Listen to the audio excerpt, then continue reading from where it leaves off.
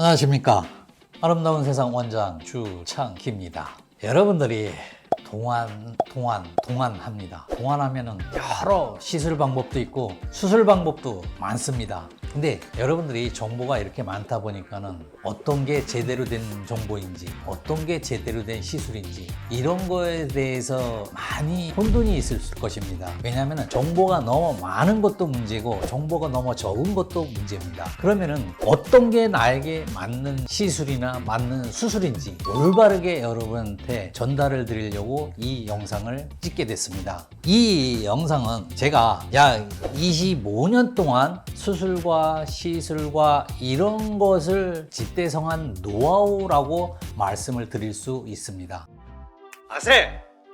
여러분들이 미백 치료를 위해서 IPL이나 토닝 레이저 치료를 하는 경우가 있습니다. 이런 치료는 얼굴에 잡티 제거를 하거나 깨끗한 피부로 만들기 위해서 치료하는 것이 목적입니다. 그렇지만은 치료 후에 선크림과 항산화 제품을 꾸준히 발라주어야만 효과를 유지할 수 있습니다. 그렇지 못하면 역효과가 남는 것이 있습니다. 많은 사람들이 1년에 한두 번 치료받고 소홀히 관리하는 경우가 많이 있습니다. 이 항산화 성분인 비타민 C나 주름을 줄여주는 비타민 A, 레티놀이나 손상된 DNA를 복구시켜주는 데 쓰이는 코엔자임 종류인 나이아신, 즉 비타민 3를 꾸준히 복용하는 것이 아주 유용합니다. 아세! 그리고 두 번째, 필러 시술에 대해서 말씀을 드리겠습니다. 바람 빠진 풍선을 채우듯이 하는 필러는 제발 조심해서 맞으시기 바랍니다. 나이가 들면서 볼륨이 줄어든 부분에 또는 주름이 깊어지는 부분에 필러들을 많이 맞는 경우가 있습니다. 그런데 필러를 맞아도 절대 어려 보이지 않는다는 것입니다. 오히려 얼굴을 변형시키거나 처짐을 유발할 수도 있다는 것입니다. 왜냐하면 필러는 어떤 경우는 10년 동안 장기적으로 남아있는 경우도 있기 때문입니다. 사람들은 나이가 들면서 전체적으로 얼굴 모양이나 외관이 변형되기 시작합니다. 여러분들도 보셨는지 모르겠지만 필러를 맞은 분들을 보면은 맞는 부분과 안 맞는 부분에 경계가 생기게 됩니다. 나이가 들게 되면은. 또는 입술에 필러를 맞는 경우에 탄력이 떨어지면서 입술이 이렇게 뒤집어지는 경우가 있습니다. 제 경험으로 볼 때 처진 얼굴을 필러를 맞는 것으로 절대 해결되지 않는다는 것입니다. 아세! 세 번째, 레이저 리프팅에 대해서 설명드리겠습니다.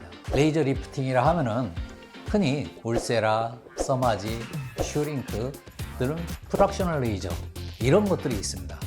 레이저로 강하게 쏘이면은 얼굴이 착 올라가서 젊어질 거라 생각하지만은 문제는 겉 피부가 아니라 속 피부가 있는 근육과 그 근육을 싸고 있는 근막에 있습니다. 피부 속 근육과 근막이 처지면 피부 표면은 자연스럽게 따라서 처지는 것입니다. 피부에 열을 가한다 해도 근육이나 근막에는 아무런 변화가 없으니 효과를 못 보게 되는 것입니다. 제 경험과 많은 사람의 경험을 통해 알 수 있듯이 이런 레이저를 이용한 에너지 시술이 실제로 피하 지방층의 지방을 녹여서 얼굴의 볼륨을 잃어버리게 하는 위험이 있다는 것입니다. 이런 시술을 하고 난 후에 몇 개월 이후 나이가 들어 보인다고 이렇게 호소해서 병원을 찾아오는 환자들이 의외로 많이 있습니다. 레이저 시술을 한 환자들은 하나씩 일시적으로 좋은 느낌이 있었다고 합니다. 제가 볼 때 레이저 시술은 장기적으로 볼 때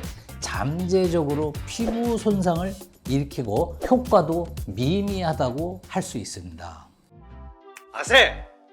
그리고 네 번째, 실리프팅에 대해서 말씀을 드리겠습니다. 제가 실리프팅 특허를 5개나 가지고 있습니다. 그렇지만은 더 이상 실시는 하지 않고 있습니다. 피부가 처져서 고민이라면 수술을 고려해야 하지만 피부 탄력이 조금 떨어진다고 느끼면은 꾸준히 홈케어나 차라리 에스테틱을 꾸준히 할 것을 추천드리는 것입니다. 이렇게 못할 바에는 차라리 아무것도 하지 않는 것이 낫습니다.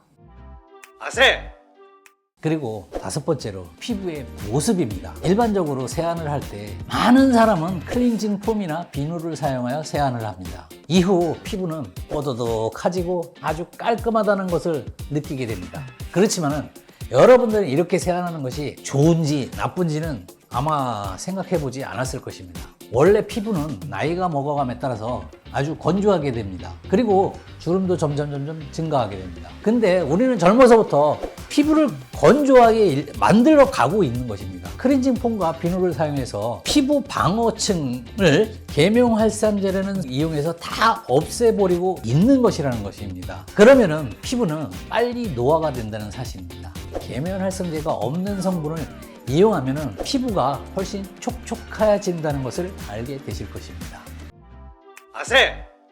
그리고 여섯 번째, 선크림을 잘 발라주시라는 겁니다. 선크림을 잘 발라야 한다고 정말 많이들 얘기합니다. 대부분의 사람들은 매일 선크림을 바르는 대신에 나중에 한번 피부과 찾아가서 레이저 시술을 받으면 되지 않을까, 또는 성형외과 찾아가서 잡티 제거 혹은 미백을 위한 시술이나 수술을 하면 되지 않을까, 이렇게 하면서 수백만 원씩 돈을 들여서 수술을 합니다. 과연 경제적인지, 그리고 피부에 정말로 좋은지 여러분들이 잘 생각해 보시기 바랍니다. 아세!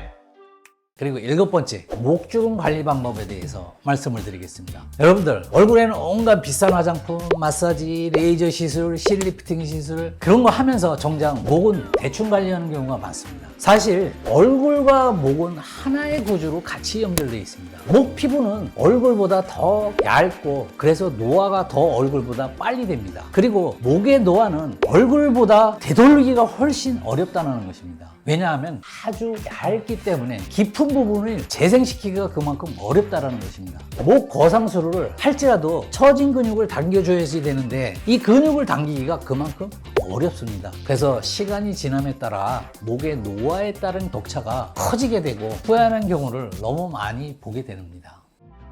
아세! 그리고 여덟 번째, 누구를 따라가서 이 시술이나 수술을 하는 것은 큰 문제입니다. 아무리 가벼운 시술이라 할지라도 신중하게 알아보고 결정하라는 것입니다. 가령 예를 들면 입술을 도톰하게 보이려고 필러를 맞는 경우가 흔히 있었습니다. 후에 입술이 이렇게 뒤집혀서 후회하는 경우가 정말 많이 보았습니다. 또 얼굴에 지방이 많아서 지방분해 주사를 맞는 경우도 많이 보았습니다. 얼굴 지방이 사라지고 나서는 그 변화로 괴로워하는 경우도 정말 많이 보았습니다. 이런 시술 또는 수술을 할 경우 잘 알아보고 해야지, 우연히 친구 따라가서 망하면은 친구 원망할 겁니까? 본인이 잘 알아보고 신중하게 결정할 것을 권해드립니다. 아세! 그리고 아홉 번째, 항노화 시술 및 수술에 대해서 알려드리겠습니다. 어떤 시술이나 수술이 처음 나왔다면 아무리 하고 싶어도 절대로 하지 마시고 1, 2년은 기다렸다 하는 것이 좋습니다. 왜냐하면 수술의 결과가 어떨지, 아니면 얼굴에 미치는 영향이 어떤 것이 있는지 시술이나 수술의 결과를 되돌릴 수가 없는 경우가 많이 있기 때문입니다. 아세! 그리고 열 번째, 레티놀. 비타민 A를 사용하는 방법에 대해서 말씀드리겠습니다. 레티놀이라는 것은 스티바 A라는 것도 있고 디페린겔이라는 상표명으로 나오는 경우도 있습니다. 레티놀을 바르기 시작하면 대부분 초기에는 피부가 붉어지고 각질이 생겨서 많은 분들이 중도에 포기하는 경우가 많습니다. 제 경험상 레티놀만큼 피부를 젊게 만들어주는 성분은 별로 없는 것 같습니다. 효과를 보려면 최소한 일주일에 5일은 발라주셔야 됩니다. 그리고 레티놀도 다양한 성분들이 있으므로 자신의 피부에 맞는 것을 잘 찾아서 꾸준히 사용한다면 정말로 효과를 많이 보시게 될 겁니다. 아세! 그리고 11번째, 활성성분 제대로 알기. 활성성분이라는 것은 피부를 개선시키고 노화 방지에 중요한 역할을 하는 그런 성분입니다. 많은 사람들이 백화점에 가서 값비싼 화장품 사고 우쭐대는데 막상 성분을 보면은 이런 활성성분이 없는 게 많이 있습니다. 꼭 이 비싼 것이 좋은 것이 아니라는 것입니다. 반드시 레티놀이라든가 비타민C라든가 나이아신이라든가 히알루론산 같은 성분이 정말 얼마나 함유됐는지를 확인하시면서 사용하시라는 것입니다. 아세! 12번째, 노화 관리는 꾸준하게 하라는 것입니다. 위에서 언급한 것처럼 피부에 콜라겐 및 이 탄력 성분이 더 많이 생성해내고 색소 침착을 줄이며 황산화에 효과가 있는 화장품을 사용하고 있지만 꾸준히 사용하지를 않는다는 것입니다. 그러면은 여러분은 꽤 큰 실수를 하고 있는 것입니다. 피부는 좋은 제품을 꾸준히 사용해야만 아주 큰 변화를 만들어냅니다. 뭐든지 며칠 안에 이루어지는 것은 절대 없으니까 올바른 성분을 선택했다면 꾸준하게 오래 사용하시기 바랍니다. 아세! 13번째입니다. 올바른 안면 거상 수술을 하라. 제가 하는 그 안면 거상술은 수직으로 당기는 방법인 버티컬 리스토어라는 방법입니다. 즉 디플레인 거상술. 이때 중요한 것은 당기기만 하는 거상술은 절대 하지 말라는 것입니다. 왜냐하면 얼굴은 나이가 들면서 처질 뿐만 아니라 볼륨감도 함께 감소하기 때문입니다. 사람들이 안면 거상술에 거부감이 드는 경우 중 하나는 수술 후 완전히 딴 사람이 되지 않을까 하는 걱정 때문이기도 합니다. 그래서 수술 후에 신면을 갖고 전체적인 면을 고려해야만 하는 것입니다. 그래야만 젊고 자연스럽고 아름답게 변할 수 있다는 점을 아주 강조하고 싶습니다. 그렇다고 처진 얼굴을 무시하고 얼굴 볼륨만 살리는 것은 절대 안 됩니다. 제가 25년간 고생하고 배운 큰 교훈이 있습니다. 45세 이상 환자에게 볼륨을 해결하기 위해서 어떤 종류든 볼륨을 넣어서 더 젊게 보이려 하면 무조건 실패한다는 것입니다. 얼굴에 탄력이 떨어져서 팔자주름 같이 주름이 깊어지고 처져서 얼굴이 점점 사각형으로 변하고 이중턱이 생기고 목주름이 자글자글하게 생기게 되는 것입니다.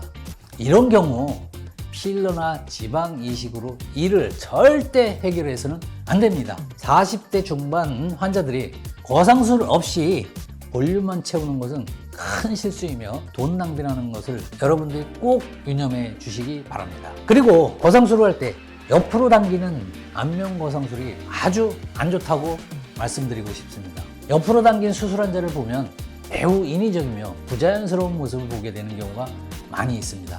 그래서 저는 위로 당기는 수술을 하게 되는 것입니다. 중요한 것은 자연스러운가, 얼굴이 늘어나 보이거나 당겨진 것처럼 보이는가, 아니면 편안하고 부드러우며 젊게 보이는가입니다. 그래서 얼굴은 양옆으로 당기는 방법은 피해야 된다고 봅니다. 아세! 14번째로 올바른 눈주름 수술하는 방법에 대해서 설명드리겠습니다. 상안검, 하안검 수술은 눈 위나 눈 밑이 처져서 하는 수술입니다. 이 수술을 할 때도 눈을 잘 보아야 합니다. 왜냐하면 눈도 얼굴처럼 볼륨 수술이 일어나기 때문입니다. 눈 위는 눈두덩이 꺼지는 경우가 많고 눈 밑에는 눈 밑이 볼록하고 이 눈몰골이 생기는 경우가 많습니다. 가령 눈밑 수술 시 볼록한 지방을 없애거나 처진 눈밑 피부를 잘라내는 등의 수술만 하는 경우 환자분들은 수술 후에도 여전히 피곤해 보이고 퀭해 보이게 됩니다. 그래서 젊어 보이게 되는 눈 수술을 하려면 상안검 수술과 하안검 수술 시에 꺼진 부분을 어떻게 보완하면서 수술할지가 아주 중요합니다. 이런 경우 의사가 지방 이식 추천을 하면 거부하는 경우가 왕왕 있습니다. 왜냐하면 비용이 증가하고 의사가 필요 없는 수술을 추천하는 게 아닌가 생각하는 경우도 있습니다. 그렇지만 제가 말씀드리는 부분을 함께 한 경우와 단지 처진 부분만 제거한 경우를 비교해 보면 꺼진 부분을 보하면서 수술한 경우가 만족도가 훨씬 더 크다는 것입니다. 그리고 오늘은 어떻게 해야 젊어지는지를 설명드리는 시간입니다. 제 축적된 경험을 통해서 말씀드리는 건지 오해는 하지 마시기 바랍니다. 아세! 15번째, 어떤 거든 가격만으로 선택하지 말라는 것입니다. 희망하는 결과와 지불하는 가격 관계의 관계를 꼼꼼히 살펴보아야 합니다. 비싸 보이는 병원 인테리어, 여러 곳에 노출되는 광고, 그리고 좋은 장소에 위치한 병원에 속지 말라고 말씀드리고 싶습니다. 그리고 알아본 정보를 토대로 스스로 올바른 판단을 하는 것이 가장 중요합니다. 가령 70세의 환자분이 20세처럼 매끈한 얼굴이 될 수 있을까요? 결코 쉽지 않다는 말씀입니다. 좋은 의사라면 기대치가 어느 정도인지 솔직하게 얘기해 줄 것입니다.